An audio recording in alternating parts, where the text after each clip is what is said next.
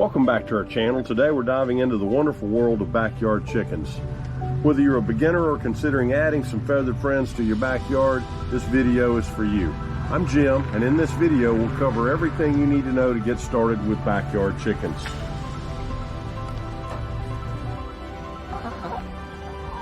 Before we jump into the how-tos, let's talk about the incredible benefits of having backyard chickens. Not only do they produce fresh, organic eggs, but they also help with pest control, reduce kitchen waste, and offer endless entertainment. Plus, they make great companions. I just carry my table scraps right out here, put them in a compost area, and the chickens get it all moving. Now that you're excited about backyard chickens, it's time to prepare your backyard. First, you'll need to secure a chicken coop and spacious run. I've provided some links in the description to some products that you might be interested in. I do collect a small commission on those, but it does not affect your price whatsoever, and it does help our channel grow. Remember to make sure you're predator proofing underneath any type coops or fences. I hope we can see this is actually an old storage shed that I turned into a coop, and you can see I've actually fastened chicken wire to the side with a board over it and then folded it down over the ground, and I uncovered this from the dirt, but I've got a good foot, I don't know, that's 15, 18 inches that I have underground that an animal would have a tough time digging through or under. So that'll keep animals from digging under. Make sure you're also taking care of things from above. In my area, I have not had issues with hawks and owls from above. But I did put up some high visibility masonry string just spiraling out from a center post that it's 8 foot high inside their run, and that comes to the sides of the fence so that everything is discouraged from flying in because they have a difficult time planning their exit. Now, this does not prevent raccoons or other animals from climbing over into your run. To truly predator proof your chicken area, you're going to need to cover the top as well. I only let my chickens out when I am here in the uncovered areas, so I can control that.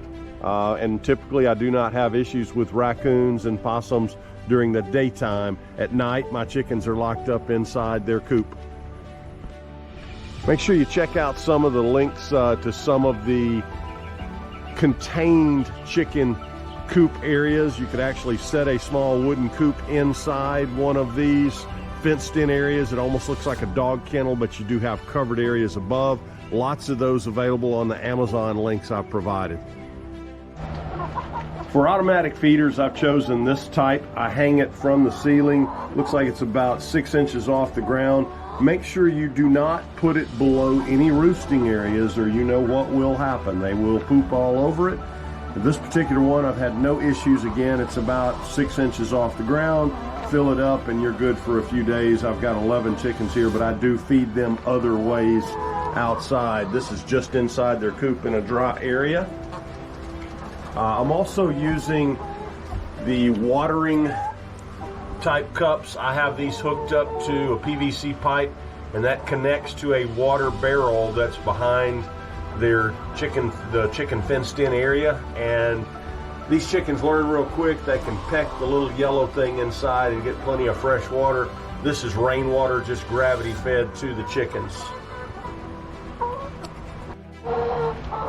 For bedding inside a coop, I use the pine shavings. You can get those from your co-op type places. I fabricated my own egg laying or nesting boxes here, and these cannot be accessed from outside. I did purchase a couple of false or fake eggs to put in here to teach the new hens where to lay, and it has worked wonderful. A golf ball works pretty good too, but I have noticed that they tend to use the other ones here. The pine shavings, put those in the nesting boxes as well and keep those clean, and your eggs will be clean. I like to put the pine shavings very thick, and I can rotate them around, and then this adds wonderful to your compost later to use in the garden or wherever you want to use that. Flower beds, anything. I use this kennel for brooding area for young chicks. If you're just getting chicks, you want to keep them inside and protected completely for a little while. Again, this is nothing more than a dog kennel. I built the plywood base for this one because it didn't come with a plastic one. Plus, it helps the higher sides help keep all those wood chips inside. But this worked fine for me, and I used some of the smaller water dispensers and food dispensers, just like the larger ones that we're showing over in the coop. But this works real well when you first get your chicks. You can also expect to need a little brooder heater that they can get down underneath. I have one of those hanging up out here in my barn. It is up on the wall right there. That is a Poultry Pride from Tractor Supply. We'll try to get you a link to that as well. It works as a stand-up heater, or you can put the legs down and let the little chicks go down underneath. So there we go. Lots of times I'll set up a chair in the backyard late in the afternoon or early in the morning when it's a little cooler, and I'll just watch the chickens. They're wonderful entertainment. And also I look, I mean, their vents and things towards the rear end, make sure they're not looking all bad, and if they look clean in the back, you know they're good. If they're eating, they seem to be healthy, you're pretty good on that. Proper nutrition and care is essential for happy and healthy chickens. Make sure you provide a good balanced diet. You want to make sure if your chickens are brand new babies, you're using starter food for them. It does help them grow properly. You want to also make sure once they start getting to that laying age, you're getting them laying pellets, proper proteins, all of those things. Calcium is super important. The laying pellets really do well, and we'll be providing some links on the description here. I'll be adding more later also as we get more affiliate marketing programs going. Remember, I do make a small commission off these items if you do click a link and then buy there. But remember, it doesn't increase your price, and it does help support our channel. Hey, if you're expanding your flock or starting from scratch, introducing new chickens can be a delicate process. Make sure you think about quarantining if you're bringing in chickens from another area to your healthy chickens. Just keep them separate and away from one another for maybe a couple of weeks, and just make sure everyone stays happy, and then you can mix them up. Sometimes it's nice if they can visit through the pen if you know they are healthy, just to get to know one another. But watch for bullying. Don't mistake pecking order for bullying. They will run at one another and try to establish who's more dominant. That's just something to expect. That's where pecking order came from, that term. But you do want to work on gradual introductions. You want to make sure you monitor their behavior and make sure you're giving them a stress-free environment. If your chickens are not laying eggs and they're of age, watch for stress. Make sure they're relaxed. I mean, you want to make sure they're getting the proper food and nutrition and relaxation for that hard work of laying those eggs for you. There are some conveniences you can provide for the chickens. I took one of these mortar mixing beds here and simply added some wood ash.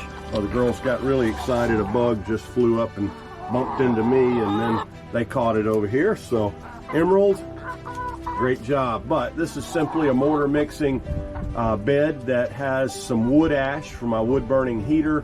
It has, I put a little bit of poultry mite control dust or poultry dust in there, and also some diatomaceous earth and some sand or some dirt mixed in with that, and the chickens love it. They're going to still dig their own and do their own holes regardless, but I've noticed when a lot of these girls fluff up and shake, they're slinging this wood ash everywhere, so it is working.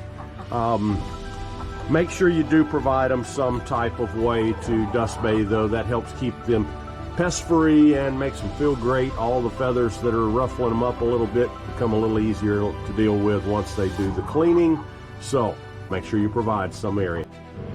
I do provide water in more than one way. I do have one of these suspended hanging type products that I got one of the leading areas. We'll provide some links as long as they cooperate with our affiliate marketing programs. We'll provide some links to show where we got these from. I do provide this one. It's going to have to be cleaned on a regular basis just in case we have any issues with our auto feeders here, or auto waterers, Again, the chickens just simply push down on this and it gravity feeds. This goes into the coop there. I've got my actual water source, a garden hose all the way back to rainwater collection on the back of my barn here. Actually, that's my shop.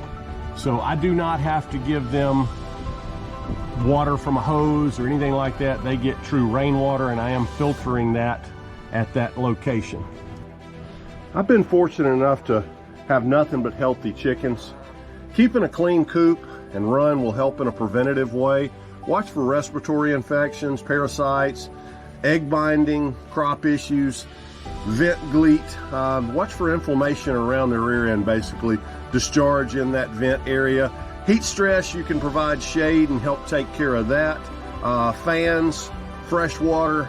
I use melons, leftover melons, cucumbers, even frozen water bottles. You can fill up a water bottle with water or a big jug with water, freeze it, set it out in the chicken's yard somewhere, and they'll stand on it. They also will stand in water to cool off their feet, but remember to give them dry areas.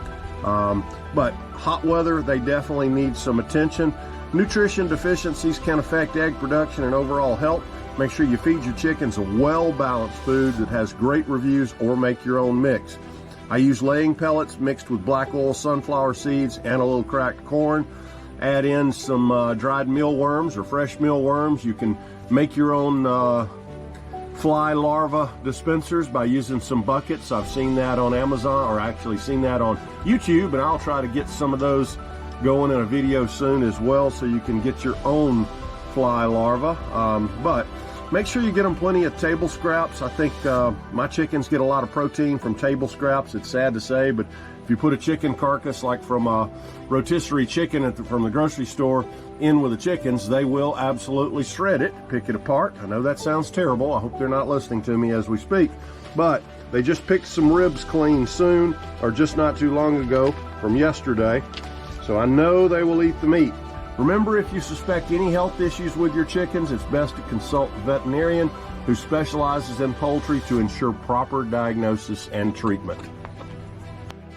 I want to thank everyone for watching the entire video. Please stay with us to the very end.